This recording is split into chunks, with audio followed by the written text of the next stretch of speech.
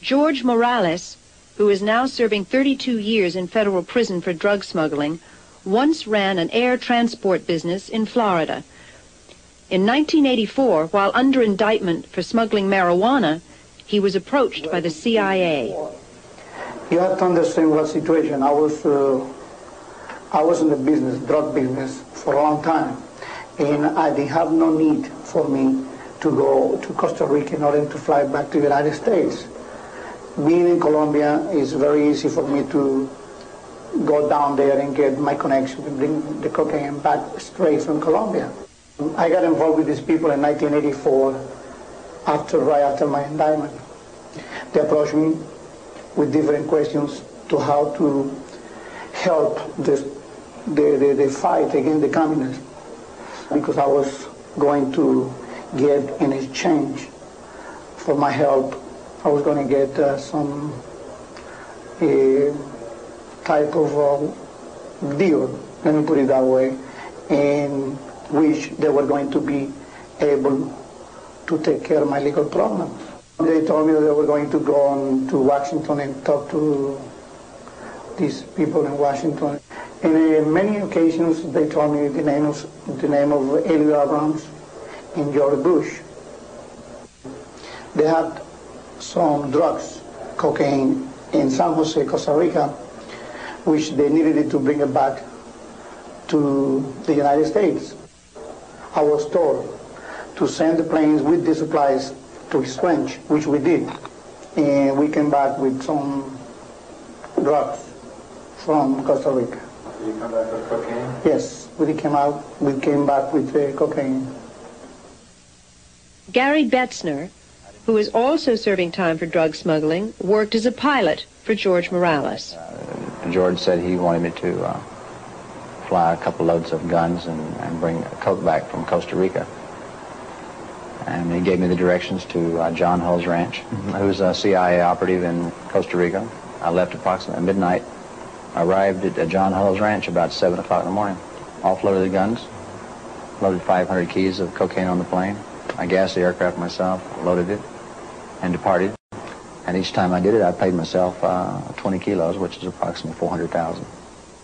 Eventually, when this was brought to the attention of the FBI and the assistant U.S. attorney in Miami, they went down and conducted some kind of investigation of this. Hull's name came up. Hull refused to be interviewed.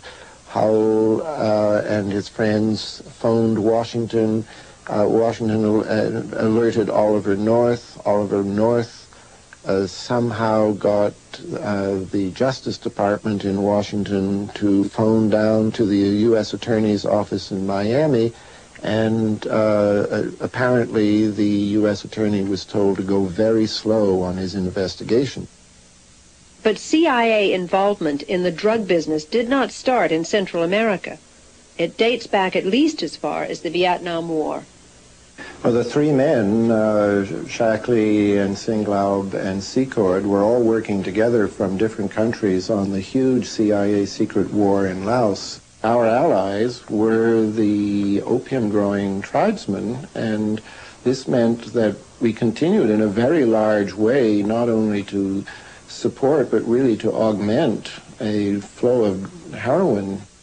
This had to be run with the knowledge and the approval of the people who were in charge of these air operations.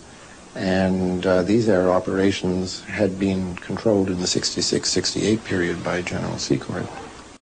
The way the dynamics worked is that you're a young or middle-grade case officer or pilot on Air America, the CIA Airlines, or CAT, Civil Air Transport, and this general and his family or his aides get on the plane and they have suitcases that you know damn well is full of heroin.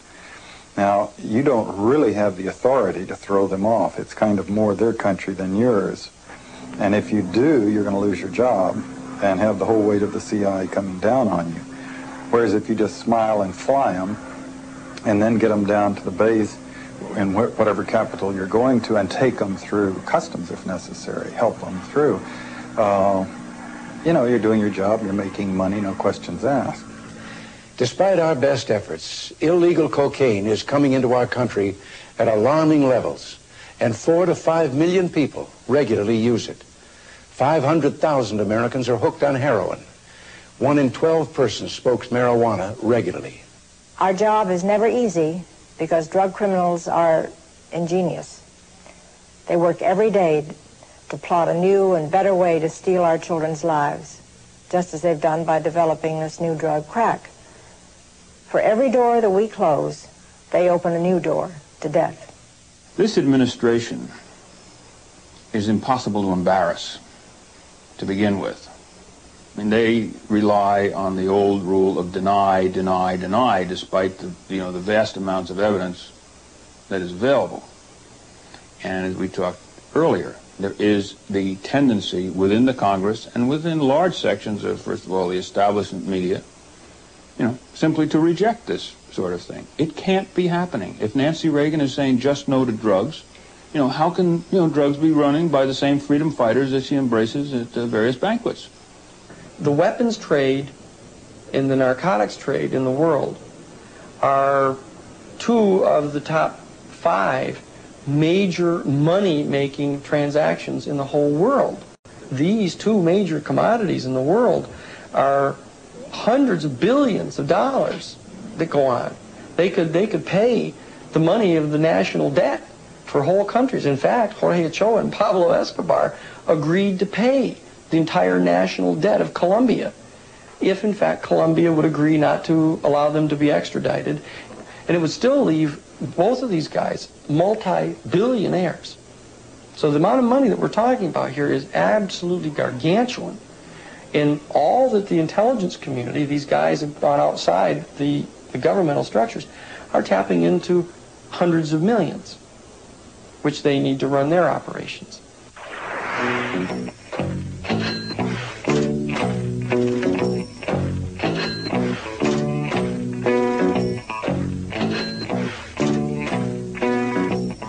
Now let's talk about profits. There's been testimony that Mr. Hakim and Secord were reaping large profits by marking up the arms being sold to the Contras. For example, Mr. Secord agreed to a suggestion of Tom Klein's that they maximize the profits from the last sale of arms to the Contras. Were you aware of that? No. How much money, according to your understanding, did Mr. Secord take from the sale of arms to Iran? I still don't know. I don't even know that he did. Was it your understanding that there was $8 million either in Swiss bank accounts or in investment accounts at CSF? No, sir. Money! It's a gas. Grab that cash with both hands and make a stash. Facts are that Secord and North and Hakim are wonderful operators of a secret war, of a shadow government, operators for a shadow government, are people who still have control of $8 million of United States money, our money, and they are controlling it, got it rocked up in a Swiss bank somewhere, or off on a CD somewhere else.